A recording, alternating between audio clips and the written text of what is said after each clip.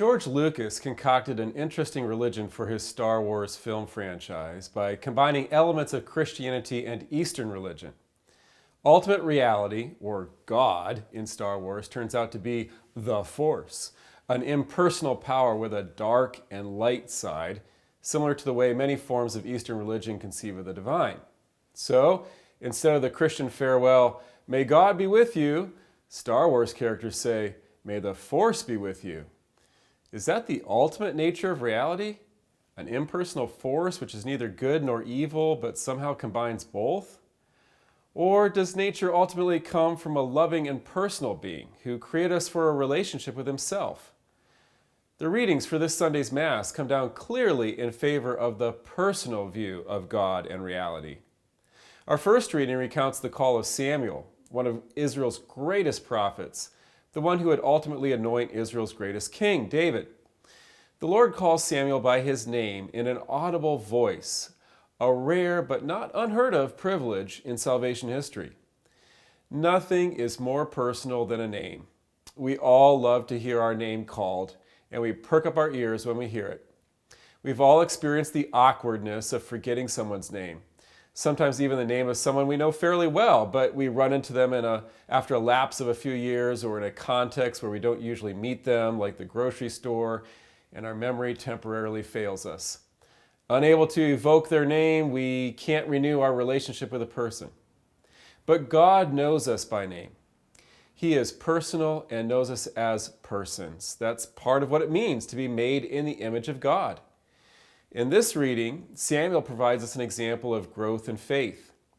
Many of us are cradle Catholics, or at least cradle Christians. We grew up raised in Christian homes, learned to pray and worship from childhood. Yet, for each of us, there comes a time when we have to embrace a personal relationship with God, a direct relationship, no longer mediated by our parents or others who may have raised us. We have to come to an awareness that God has a unique call and purpose for our lives, and we have to embrace that vocation. If we never make this transition, we end up losing the faith or simply going through the motions for the rest of our lives. Now, the gospel reading is a passage of John taken from the aftermath of the baptism in the Jordan.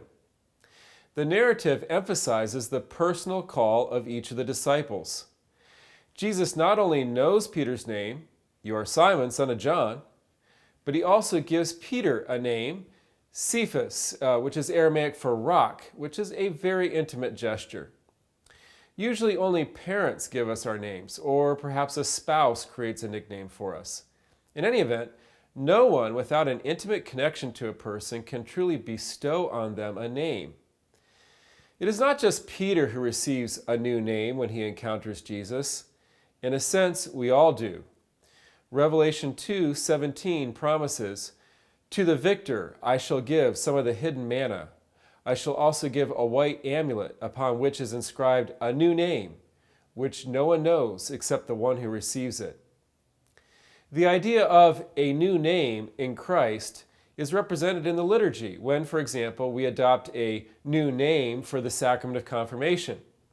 I was confirmed as Francis de Sales, taking as my name the patron of converted Calvinists. A friend of mine has several endearing nicknames for his wife that he uses even in public, but I would never call his wife by those nicknames. That would be inappropriate. The nicknames are a personal thing between himself and his wife that convey the affection and closeness between them. My wife Dawn and I have our own pet names, which we typically do not use in public for what it's worth. But the idea of a new name given by Christ expresses the intimacy of our relationship with him. In today's gospel, Jesus does not call some random person to be the foundational rock of his church. He calls Simon, son of John, a fisherman in the first century Galilee with a strong personality and impulsive temperament. He accepts him with all the virtues, foibles, and peculiarities that make him unique, that make him Peter. God is no impersonal force. He is the person, Jesus Christ.